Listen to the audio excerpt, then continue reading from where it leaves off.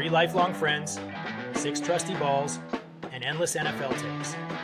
Welcome to 3 Guys, 6 Balls NFL podcast. Welcome to episode 15 of 2 Guys, 4 Balls. We're missing Avery today, so he is sick. He had to sit this one out. He said he was still in the bathroom longer than expected, so he... Got the spins. Not that you guys needed to know that, but just got to throw that out there. So, yeah, today we're down Avery, so it's just Will and I. But we have some exciting news for you guys. All 3 of us are going to be at the Raiders-Jaguars game in Las Vegas on November 2nd. So we'll be there. We're going to be signing some autographs, taking some pictures with Mark Davis's haircut. Important to note, none of us are Raiders or Jaguars fans. This is completely a game of opportunity. We happen to live kind of in the area, so here we go. Well, Avery happens to be on the West Coast during that time, and then we happen to live kind of in the area. Yeah, we were going to try and go to a Dallas game, which is the following week, I believe. But Avery was already going to be there, so we're going to go see a Jaguars game. My first NFL game will be Raiders. Jags. That's a winner. We need to make it our goal to see Mark Davis's haircut. I don't want that to be a goal, but I do like the opportunity. We have to make it happen if we're there. By that point of the season, I'm assuming the Jaguars will just turn their season into a banana ball type season. If you're unaware of the Savannah Bananas, go look them up. So I'm assuming it's going to be entirely comedic and full of fun, entertaining sports adjacent things. I'm excited for it. I'm very excited. I'm super excited. Very excited. You've been to an NFL game before, right? I have been to one preseason game, 2018 Dallas versus Arizona in Dallas. I have a picture of Dak Prescott holding his fist up as if he's waving to me. He's not. He's actually waving to people behind me, but the angle of the photo, it looks like he's waving right to me. And I tell people he was waving to me. That was back when him and Zeke were actually considered good still. And so it's a strong memory. They did lose the game, but it was a surprise trip that my wife took me on. I didn't even know we were going. Didn't even know we were getting on an airplane until I was in the Portland area. I had fallen asleep, and she just was driving, and I had fallen asleep, and the next thing I know, I'm being woken up in the Portland area, like 10 minutes from the airport. Oh, by the way, we're getting on an airplane. We're going to Dallas. Oh, okay. So yeah, no, it was a fun time. I'm excited to see Allegiant Stadium. I think I'm not most excited for that. I'm excited to see the game, but to see a new NFL stadium is my goal. I really want to see an NFL game in every stadium. I think that would be really cool, just to see the different variety of all the things. And so it'd be cool to check a second one off the list. Yeah, I'm super excited for it. So I guess it's going to be both of our first regular season games. Yes, it is. All right. And I believe Avery's been to a few games before, but he's not here, so he doesn't count. He doesn't count. All right. So today we're going to get started with our fan question from Jake Jones, who is Avery and I's former roommate in college. And yes, I'm continuing the trend of doxing. Supreme doxing. That's look upable. Yes. That's what we do on this show. If you have a fan question, you're getting doxed on this show. Oh, get over it. All right. So here's the question from Jake Jones. With morale for the Cowboys fans being at maybe an all-time low, what does this team need that could improve morale and bring life back to Dallas? Why don't you start us off, Will? Thank you, since I was 50% of the choices. I don't think, actually, morale's at an all-time low. I think year 8 or 9 of Jason Garrett, where we're going 8-8 every single year, I think morale's at an all-time low then.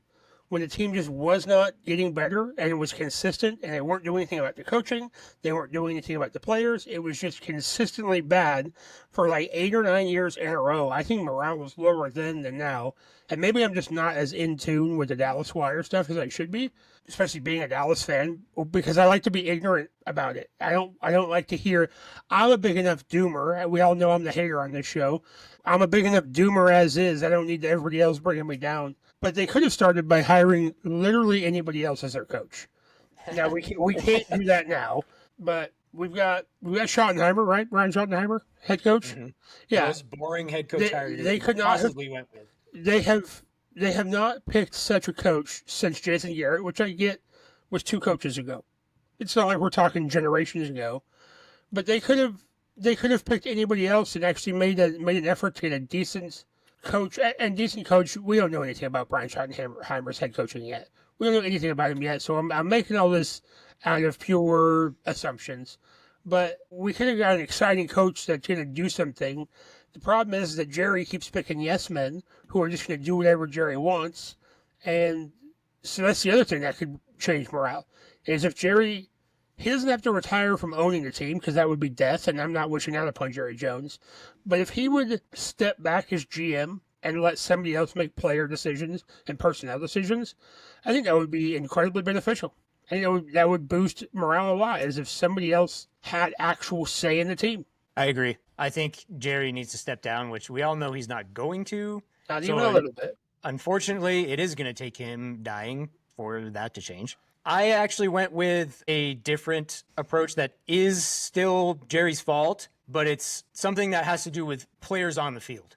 I looked at the Cowboys' playoff wins since their last Super Bowl victory in 1995. Oh. So they've played in 18 total playoff games since then. In those 18 playoff games, they are 0-10 when they give up 100 yards rushing or more, and they're 5-3 when they don't. So what I personally think Dallas needs to do to bring life back to Dallas is get a dominant interior defensive player that they have not had in years. Let's look at the last 4 Super Bowl winners. You've got the Eagles, Chiefs, and Rams. They all have dominant defensive interior players, or had, because Aaron Donald isn't playing anymore. So the Chiefs had Chris Jones, the Rams had Aaron Donald, and the Eagles had Jalen Carter, who dominated last season. Yeah. I just think that Jerry needs to address the interior of that defensive line, and I know he's technically addressed it by drafting some big linemen who were like late round picks. And they also drafted Mozzie Smith. He hasn't panned out, and I feel like most people thought he wouldn't pan out, and then Jerry just drafted him anyway. There's been no, like, he hasn't made a move to draft any Aaron Donald type player, and I know that's asking a lot because he's a Hall of Famer. You could say he's probably the best defensive tackle of all time, honestly. Even if Jerry doesn't get the best defensive tackle of all time, he needs somebody who is going to be an interior presence on the defensive line when it counts in the playoffs, because there's been years where the Dallas Cowboys are top 10 in run defense in the regular season. There's been several times that they've done that, but then they get into the playoffs and it doesn't matter. I think it was 2018, they went and they won a playoff game. Then they played the Rams in their second game. They gave up like 253 rushing yards. Then there's a couple times when they played the 49ers. The 49ers just ran all over them in the playoffs. Then there's 2 years ago when they played the Packers. Yeah. The Packers ran for, it was well over 100 yards in that game. It was like 1 billion, it felt like. I watched that game. So what the Cowboys need to do is find some way to get a dominant defensive interior presence to actually make a difference on that defensive line when it counts in the playoffs to stop the run.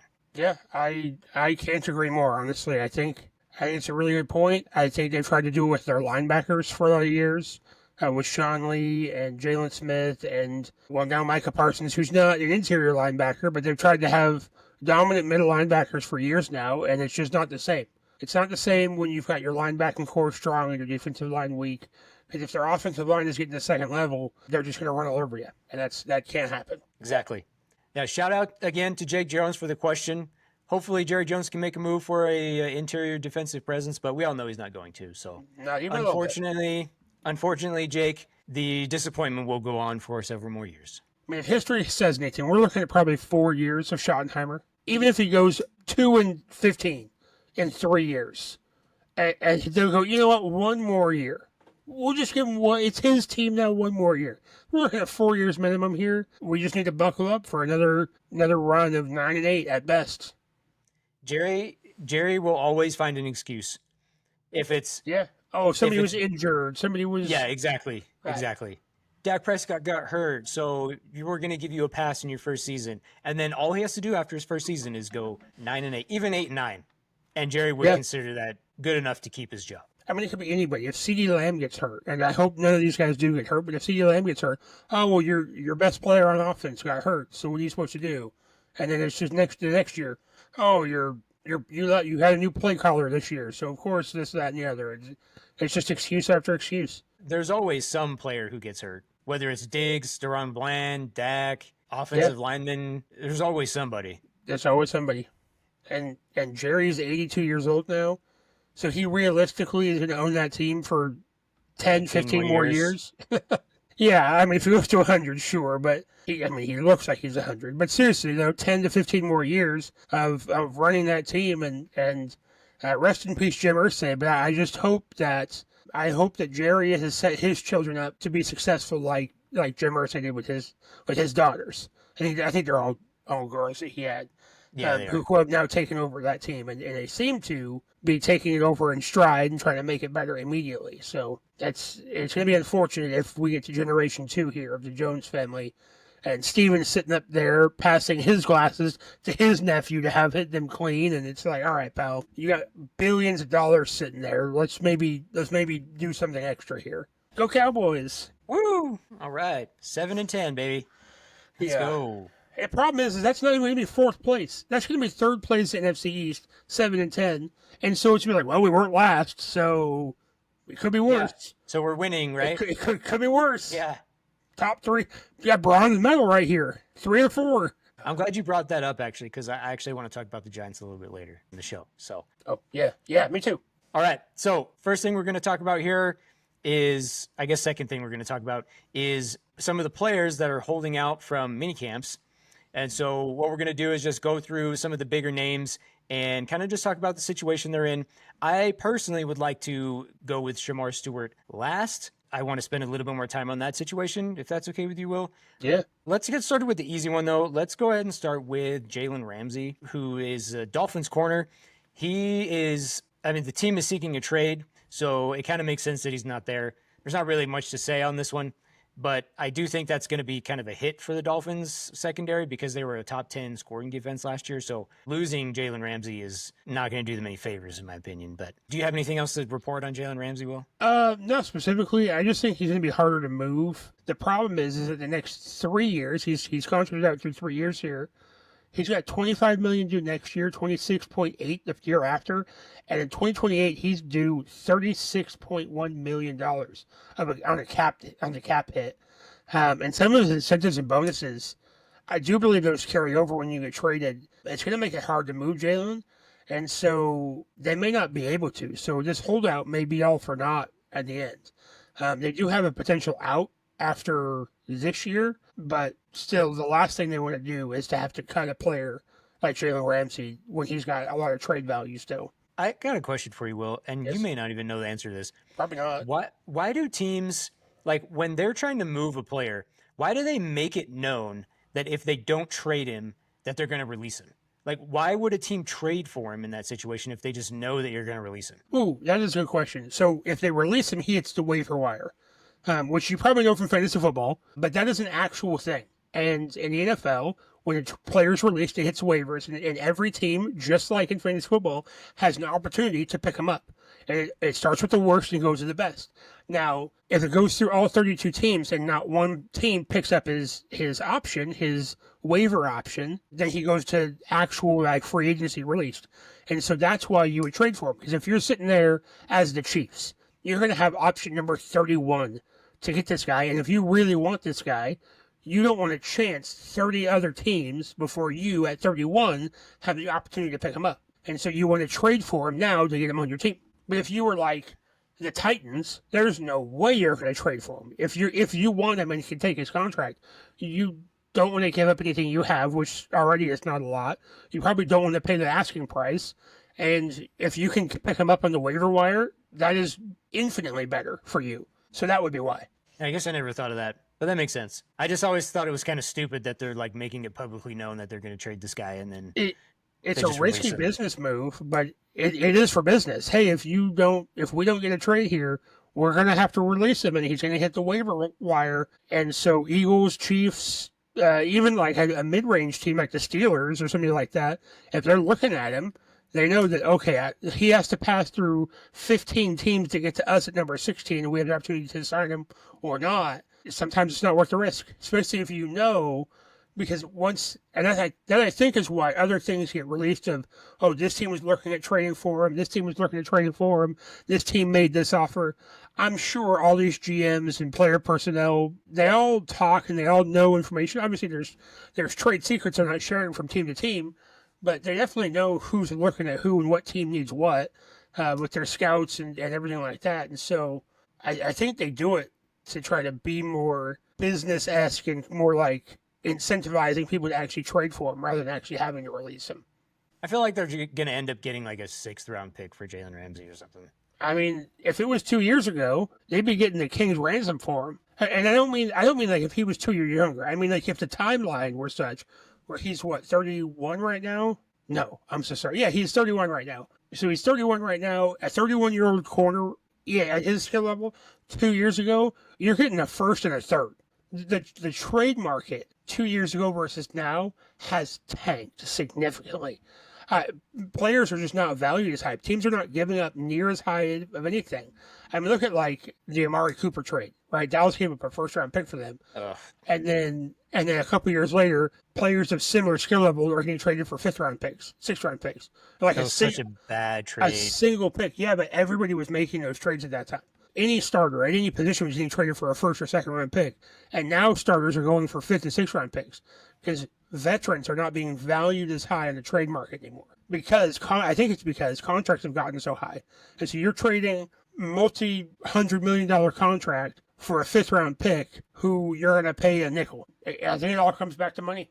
All right, well, since we're on the topic of the Dolphins, let's go to Jonnu Smith, the Dolphins tight end, who's also holding out of minicamp. And this one I have a problem with because Jonnu Smith signed a 2-year, $8.4 million contract with the Dolphins last offseason. And then this offseason, he's asking for a new contract because he set career highs in catches, yards, and he tied his career high in touchdowns. I have a problem with this because you signed a 2-year deal for $8.4 million, and now you're asking for more money just because you had a good season. And it's not like Jonnu Smith is a player who is like some of these other guys who we'll get to next, like TJ Watt. He's not that caliber of a player. He had a good season. It was his best season of his career, but he hadn't had anything significantly. Exactly. He hadn't had anything close to that his entire career before that. And now he's acting like he's one of these star guys like TJ Watt out here demanding a new contract for him to show up to minicamp. So he will be 30 at the start of the season this year. Last season he had 111 receptions, 88 receptions, 111 targets, which is 38 more receptions than his highest. He had 300 yards more than his highest. He did have a career year, 8 touchdowns, but he also had more opportunity. And I think it's because when you've got a backup quarterback in, they default to their safety nets, their swing passes, their running back, and the tight ends. And so they just see more production. Probably why David H.N. Sorry, that's Devon H.N. crushed it. Devon H.N. had a higher year as well because there was no Tua. David, I can't even get his first name right. This is why I don't use my brain much. I read more than I try to think of people. Anyway, his year was up last year as well. It's for the same reason. I overall don't have that big of an issue with people seeking new contracts. He just signed it at the beginning of last year, and now it's 1 year later. He's looking for a new contract. That won't take place till after this next season. Anyway, it's not going to replace this year. What I do have a problem with is him holding out when he's currently under contract. And I will say this again and again and again, every single player. You have currently agreed to do work for this company for an entire another year. If I were to just not show up to work because I wanted a raise, they would fire me. They would just fire me. They can just find somebody else, especially right now during the off season. Say, okay, you don't want to play tight end for us? Okay, yeah, well, you're under contract. You also don't have guaranteed money in your job description. Sure, but his guaranteed money for 2025, his guaranteed money, they're looking at $2.2 million of guaranteed money for him this year. But that's their dead cap. That's not actually guaranteed money. So his signing bonus, that's base salary, signing bonus, roster bonus. None of this is guaranteed. All of his guaranteed money already hit. It was a 2024 salary plus a signing bonus. So his $4 million of guaranteed money all hit last year. So he has no guaranteed money, which is probably also why he's seeking a new contract. He's got nothing guaranteed this year. If he gets hurt, he's out. I don't really know how the injury stuff works, but I'm sure that's part of it. If he's looking at $1.1 million in bonuses this year on top of a $3.5 million base salary. But still, none of his guaranteed money is going to hit until 2026 anyway.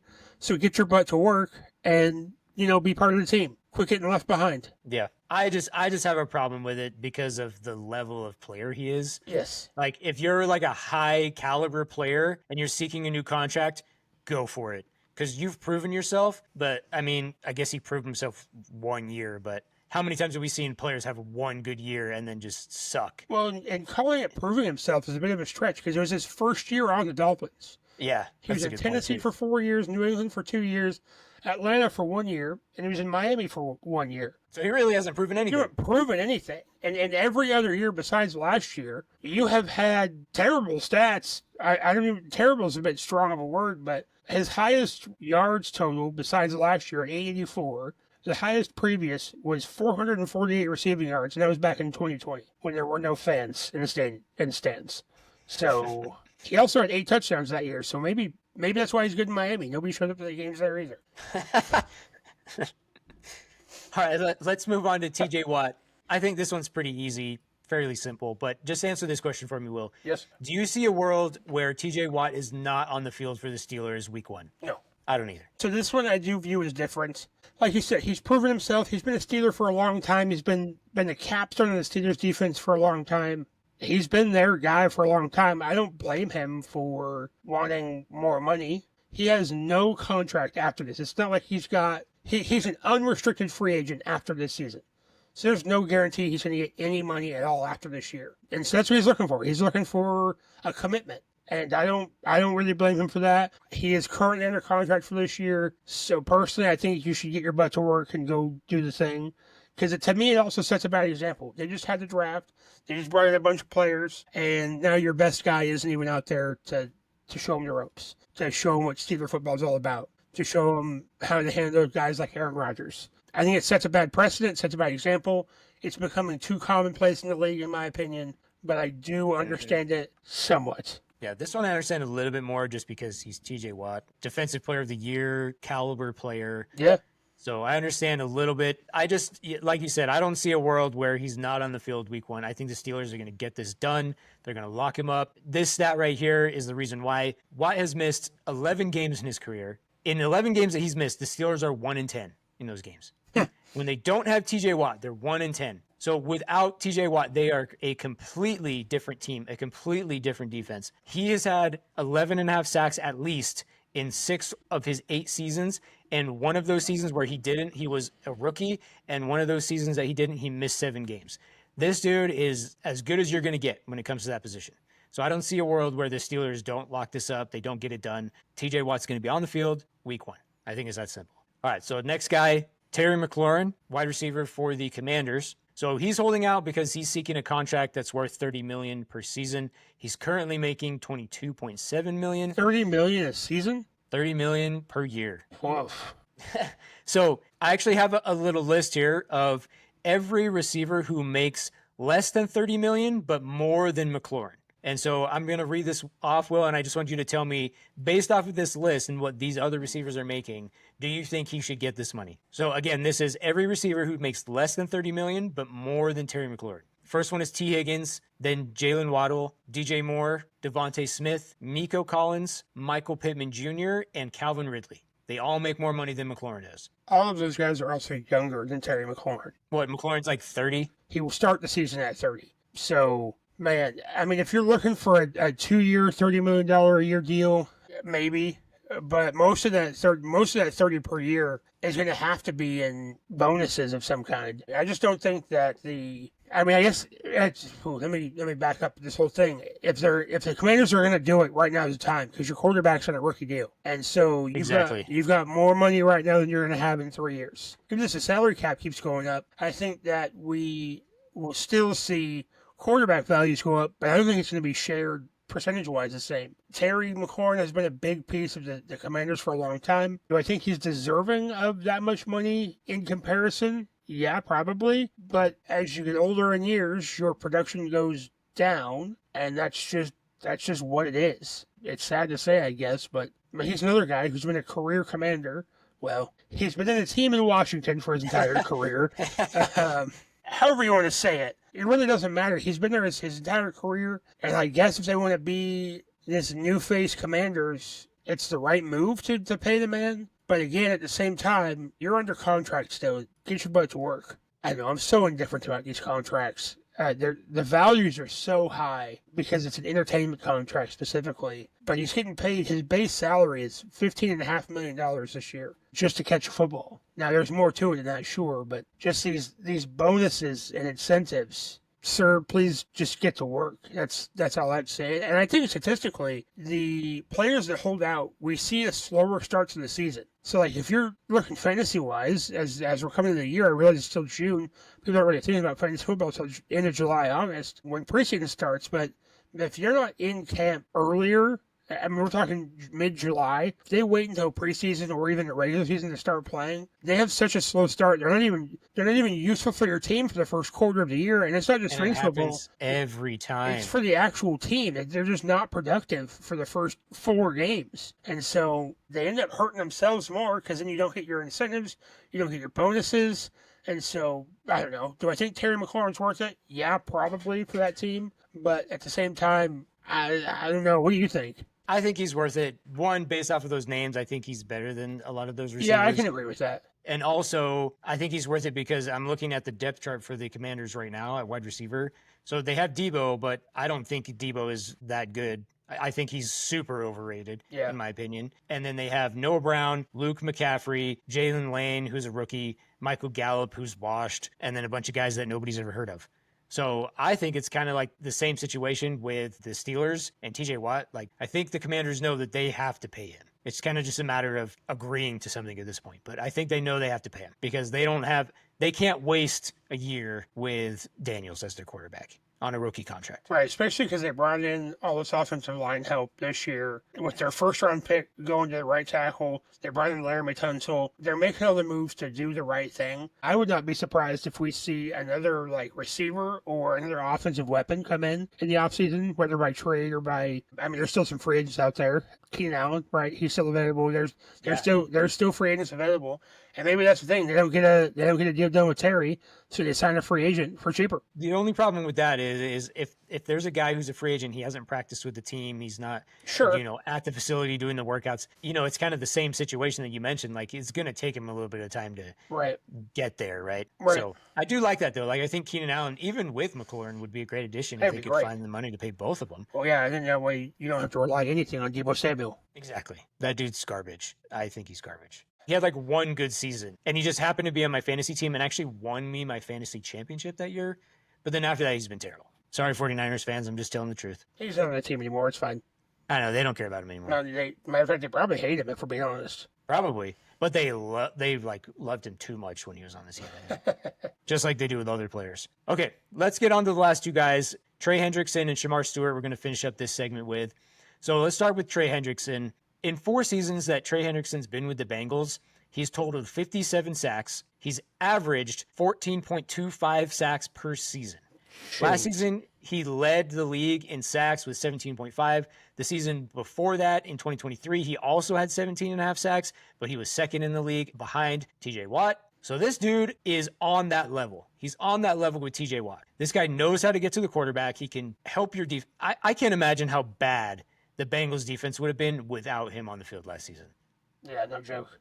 With as bad as it already was, the Bengals defense totaled 36 sacks in 2024. Hendrickson had 17.5. The rest of the team had 18.5. Jeez. That's terrible. That is terrible. Now they can't find the money to pay this dude. Well, if you look at their offensive side of the football field, that's where their money is. And as we saw last year with the Bengals, if all your money goes to the offensive side, you're going to be stuck with statistically the best quarterback, statistically the best receiver, a very good running back. But those guys are going to be so dead tired by the end of the season because they're on the field so much because your defense can't stop anybody. So they have to score 50 points a game to win a game because, again, your defense can't stop anybody. And so their offense is scoring and coming off the field, and your offense is getting tired out. And now you're back in Joe Burrow days of 2-3 years ago where he's getting sacked 60 times a season. And whether you're good or not, if you're playing 75% of the game, like on the field for 75% of the game, you're just going to get exhausted. It's physically exhausting. And your defense is worse than a wet paper bag, and having your best defensive player sit out right now, and best by far defensive player sit out right now. By far. This is not good. He's only got 1 year left. This is the same scenario we were just talking about, where he's only got this year left, and he's an unrestricted free agent after this year. And so he's just looking for guaranteed money moving forward. He's looking for longevity. He's not asking to leave. It's not like he's trying to leave the Bengals. He wants to stay there, but he has going into unrestricted free agent to where he's just trying to get some sort of career futures. Yeah, I think it's terrible that the Bengals have even given him permission to seek a trade. Like, what does that say about you? Like, that says that they're not really even trying to figure it out. Like you've mentioned before, these contracts are just all fake. You could restructure Joe Burrow, you could restructure Chase, you could restructure Higgins, you could restructure anybody you want on that team and create space to sign Trey Hendrickson and give him what he wants. So I don't understand why they're not doing it. Nobody wants to give up their money. I mean, that's simple as it gets. They also gets. don't want to win then. Yeah, you can put it that way for sure. There's just... It's really hard to get paid and to give it up. And you're going to have to, right? Brady was never known. Tom Brady, best quarterback of all time, and I don't even think that's arguable, but the best quarterback who have ever played the game, he was never known for his gigantic deals. We weren't talking about, oh my gosh, can you believe that Tom Brady gets paid so much money? Joe Flacco, at one point, was the highest paid quarterback to ever play. Granted, it was years and years ago. Tom Brady was nowhere near that because he knew it takes a village to win a Super Bowl. And these guys just don't seem to care anymore. At least that's what it seems like from the outside looking in. And also, guess who's not a top 10 paid quarterback? Patrick Mahomes. Well, he's not in the top 10. Now, hold on, though. I'm going to have to put an asterisk on that one. Because when he got his deal, 10 years, $500 and some odd million. Let's not act like when he got his deal, it was not an outrageous, unbelievable deal.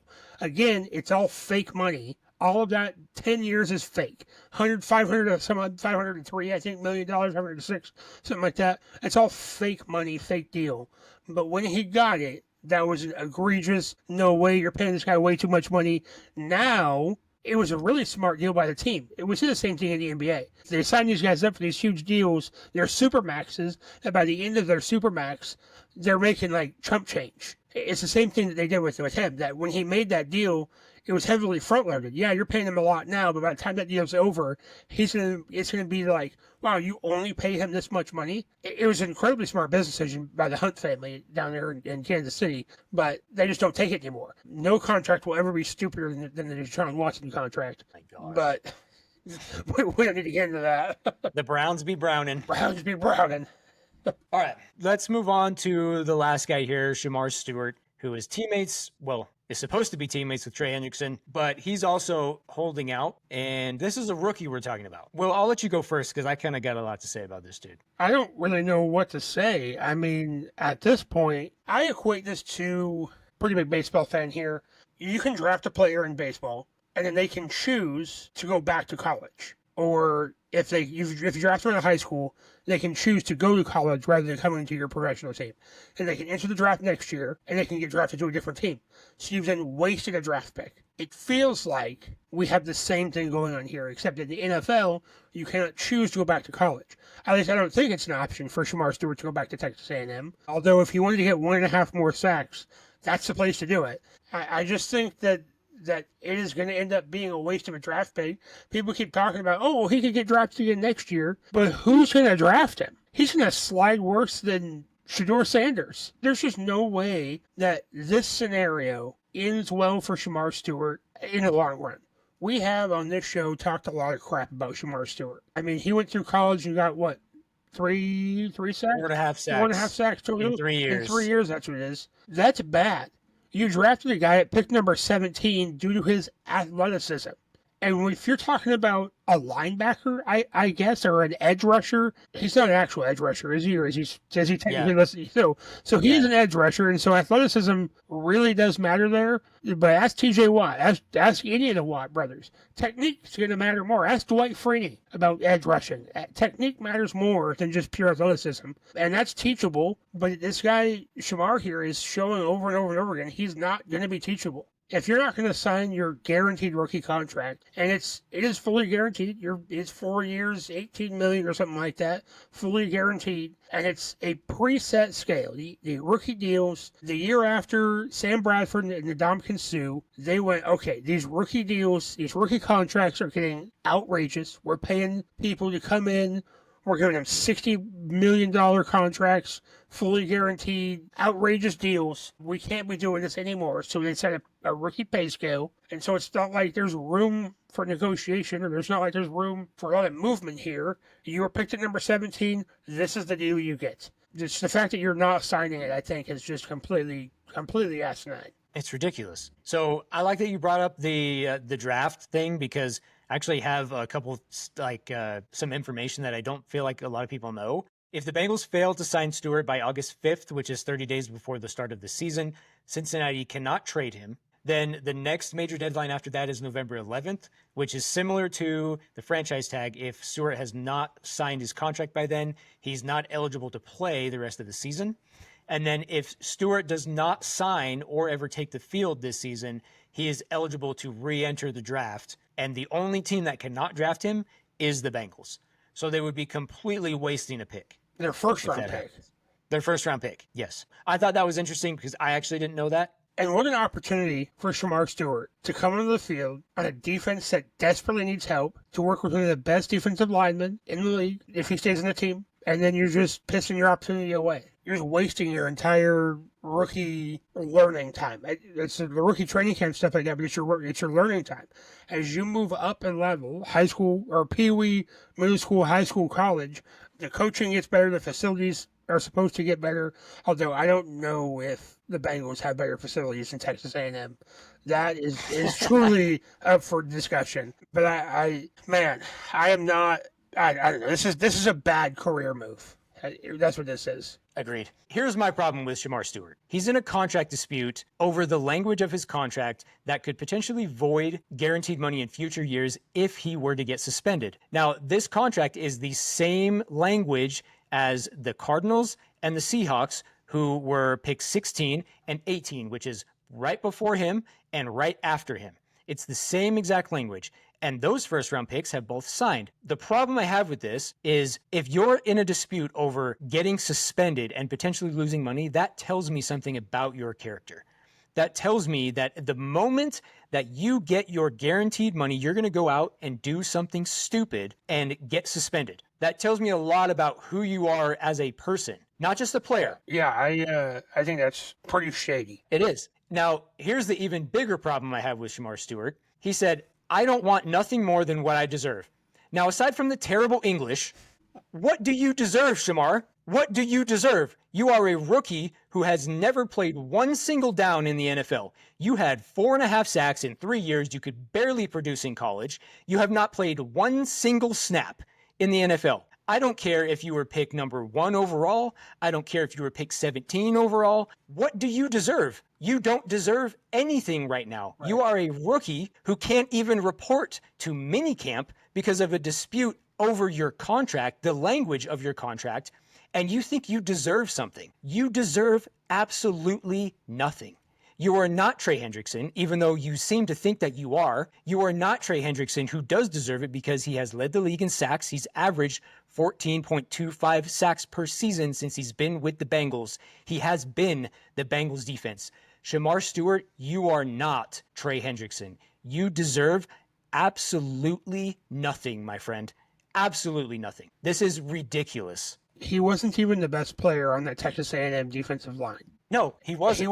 You weren't even the best player in your position group in college. And you come in the NFL where you are the smallest fish in the biggest pond when it comes to football. And you just start trying to have a measuring contest, and it's going to fail. He's going to fall flat on his face. He's going to get stuck with signing it. And then he's going to piss off his team and his coaches in the process. And if you think Tim Tebow's rookie hazing was bad, and if you don't remember, look up his Friar Tuck haircut. That's a deep cut, I know, but if you think that some of these other players' rookie hazing was bad, just wait until he finally shows up to minicamp. Shemar Stewart's he's gonna go through it. It is not going to be a warm welcome for him when he finally gets to the Bengals. This whole situation, the more I read on it, the more I dislike Shemar Stewart. I hope because of this situation that Shemar Stewart fails. I hope he fails in the NFL because of it. I already didn't think he would succeed, but I hope that because of this situation, I hope that he is considered one of the biggest busts in NFL history. And I know he won't be because he's picked 17, but I hope that somehow he gets to that level. Because I hate him that much. Because this is just ridiculous. I have nothing to add to that. On that note, then let's move on to our next topic. So we actually had 2 more topics for this show. I think we're just going to stick to one, Will, and we'll save we were going to talk about the Titans, but I think we should save that for next time when Avery's back. Yep. Just due to the time. And also, I feel like we should get Avery's input on that too, because of specifically because of Alec Iomanor, who Avery is in love with. Our last topic for the day is going to be, could we see the first 0-17 team this season? So in our lifetime, we've seen 2 teams that have gone winless, but they went 0-16 because this was before the 17-game season. So the 2008 Detroit Lions and the 2017 Cleveland Browns both went winless. We almost saw the Jaguars do it in 2020 when they finished 1-15. And then since the 17-game schedule has been out, the closest we've gotten is the Carolina Panthers in 2023, who were 2-15. So, Will, why don't you start us off? Do you think there's any chance that we see an 0-17 team this season? And if you do, who do you think that team would be? Oh, I think we have 2 potentials, and I'm going to extreme bury the lead here. So I think we have 2 potentials, and I don't think that this is a shocker to anybody. But those 2 are the Giants and the Saints. So the Giants have, according to Sharp Football Analysis, the Giants have the hardest schedule in the NFL. Mm-hmm. And the Saints actually have the 3rd easiest schedule in the NFL. So let's start with the Giants. Now, the Giants recently got quarterback Russell Wilson and quarterback Jameis Winston on their team. Given these 2, not a single other starter on their offense changed. They did not go winless last year with Tommy DeVito and Daniel Jones. I actually think they have slightly improved. I think their quarterback room got better. I think their quarterback room got better, I think is a fair thing to say. The acquisition of Abdul Carter in the draft, they've made some additions on their defense as well. Even with the 3rd hardest schedule, I still don't think they go. It's not the 3rd hardest. It's the hardest. Sorry, it's 3rd easiest and the hardest. Thank you. It's not going to be easy. Easiest for the Saints. We're looking at next, sir. Okay. I'm crossing wires here. It doesn't start easy, and it definitely doesn't finish easy. They're at Washington, at Dallas, home versus KC, home versus the Chargers, but then they are at New Orleans. That's the one.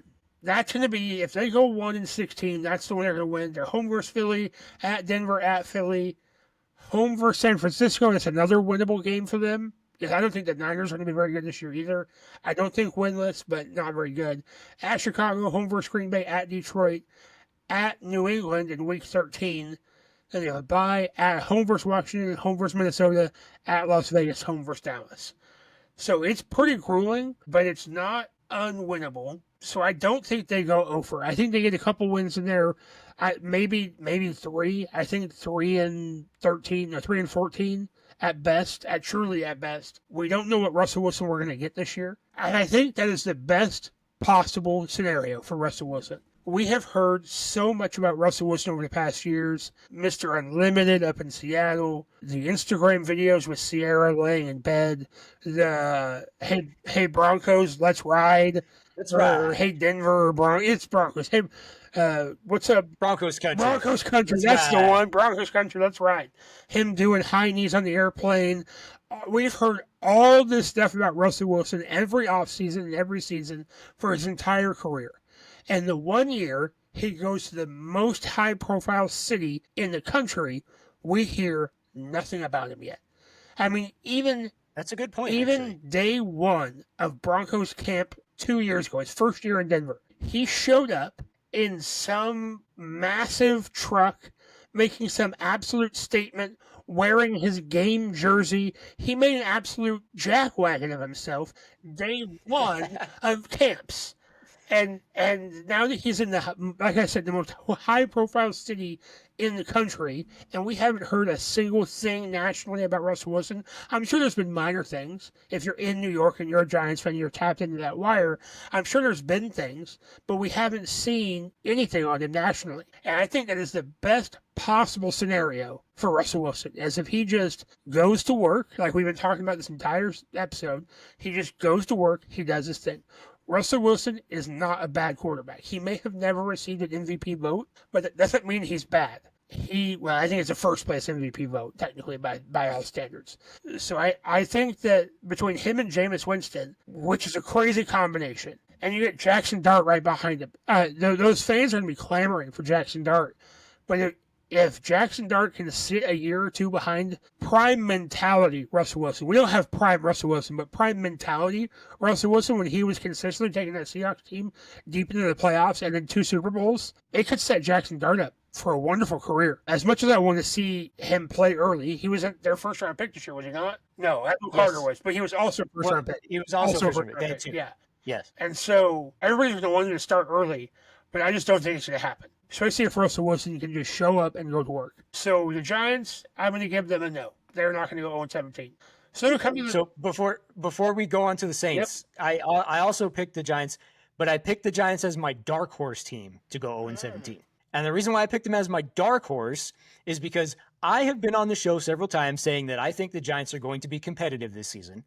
Now, competitive doesn't mean that you're going to win games. That's true. I think that the Giants are going to be a team that are people are going to think that it's going to be an easy win, but it's not going to be an easy win. I think the Giants are going to be very competitive. I think they had a really great draft. I've even said on this show that because of their draft, I might be a Giants fan now. Yeah, I have said huge that. Draft winners. They were. I believe they were your pick for draft winners this year. They were. I think they knocked the draft out of the park. But the reason I think that they're a dark horse team to go 0-17 is, like you mentioned, their schedule is just brutal. Yeah. So they play the Commanders twice, they play the Eagles twice, they play Dallas twice. And I know Dallas isn't going to be good, but Dallas, especially when Dak Prescott is healthy, always seems to beat the Giants. So those games are not going to be easy. Then in week 3, they've got the Chiefs. Week 4, they have the Chargers. We mentioned the Saints. That was actually one of the 4 games that I looked at on their schedule and said, I think they could legit win that game. One of 4 games that I saw. The Patriots is one of the games I marked as a game they could win, but I do think the Patriots are significantly better than they were last season. There's not a lot of games in there where you look at it and you say they're going to win. Yeah. Really, if I was to say any game with confidence, it's the Saints. But yes. The reason I picked the Giants as my dark horse team is because it's possible because of the schedule, but I don't think it's actually going to happen. I can agree with that. All right, sorry, I interrupted you. Go on to the Saints. You're good. So then we've got the Saints. And just to run through their schedule real quick, they open up at home versus Arizona and then San Francisco. Then they're at Seattle and then at Buffalo. Home versus the Giants, which that is the one game, that Week 5 game, New York versus New Orleans. I truly imagine both teams show up 0-4. They move that game to 10 a.m. West or Pacific time Sunday morning and bury it deep on Fox where nobody ever has to watch that game. Probably the last winless team, one of those 2 teams will win, and the other one will be the last winless team. I would actually watch that game just because of that. Just because of that, I would actually watch that. And then they're home against New England, they're at Chicago, at home against Tampa Bay, at the Rams, at Carolina, which that's another game. So obviously NFC South there. We talked about this before. Your 4 starting quarterbacks, the way it sits right now, is Tyler Shuck, Bryce Young, Michael Penix Jr., and Baker Mayfield, like the best one in the group. I can't remember his name. So Baker Mayfield's the best one in the group. So your home and home, or your 2 games against Carolina are both possibly winnable, but I think Carolina's making strides because their system's staying the same. And then you've got your 2 games against Atlanta, but Atlanta again has a pretty all right team except for Michael Penix Jr. But even he played last year, and so he's ingrained in the system a bit more. So they're at Carolina, and they're home against. They have a bye week 11, home against Atlanta, at Miami, at Tampa Bay, home against Carolina. They're home against the Jets. So if they are winless going into Week 16, that is a game where I can legitimately see them sneaking away with a win. Their last 3 is where they have the highest probability of sneaking away with a win. They're home against the Jets. They're at Tennessee, which is another team that I have as a question mark for winless. And then they're at Atlanta. At Tennessee and at Atlanta. Those last 3, actually really those last 4. Carolina, Jets, Titans, Falcons. And with the Saints involved are going to be 4 games in a row where we're fighting for draft picks. Who's getting the number 1 pick? Who is going to get in the top 5 here? I don't think we see a single winless team. I know all of that is to say no, but I do think that we don't see a single winless team this year. If there was any team that I would pick, I would say it's the Saints. I mean, I don't really have anything else to add. They're just terrible. They're just bad. I had 2 Saints fans on one of our social media posts on YouTube trying to argue with me that Spencer Rattler and Tyler Shuck were going to be good quarterbacks. Yeah, so we had a post last week about, in our last episode, where we were talking about how bad Spencer Rattler was because Avery asked the question, is it going to be Spencer Rattler or Tyler Shuck who starts? And I said Shuck, and Avery kind of questioned it a little bit until he kind of went back on that. And then because he saw that Spencer Rattler was just terrible last year and he went 0-6 in his starts. One of the guys who was kind of fighting me on YouTube was saying, well, Spencer Rattler was playing with a bunch of undrafted free agents, which is true because of all the injuries at receiver specifically. Okay. My response was there's no excuses in the NFL. So his response to me was, I'm going to come back to this post in a few months. And then my response back was, when the Saints are 0-17. So I feel like I kind of have to say the Saints because of that, just to back up my claim of the Saints are going to be 0-17. Although I don't actually think it's going to happen. But if there was one team that I would pick, it's going to be the New Orleans Saints because they are bad. Also, just real quick on Tyler Shuck, this is a different guy who was fighting me, but he thinks Rattler is going to be the starter over Shuck. And I said, do you think that's a waste of a pick to pick Shuck at 40 in that case? And he told me, I don't think it's a waste of a pick because I think picking him at 40 is a good spot for a high-value backup quarterback. And I was like, what the shuck are you talking about, dude? High-value backup quarterback at pick 40? That's not good value. So I truly believe, I'm looking at the Saints depth chart right now. They have 6 of their 11 starters are first-round draft picks, and then 2 more, so brings up to 8 of the 11, are in the first or second round, including Tyler Shuck in this. So you have the vast majority of your starting offense is a first or second round draft pick. That just tells you how bad they are, Jack. They should be better than that. I will not be surprised when, looking back at their schedule, week 5 versus the Giants, we hear the announcement in between week 4 week 5, Taysom Hill is listed as a starting quarterback. Because you have run out of options. They went week 1 and 2, Tyler Shuck, week 2.5, so week 3, they switched to Spencer Rattler halfway through that game.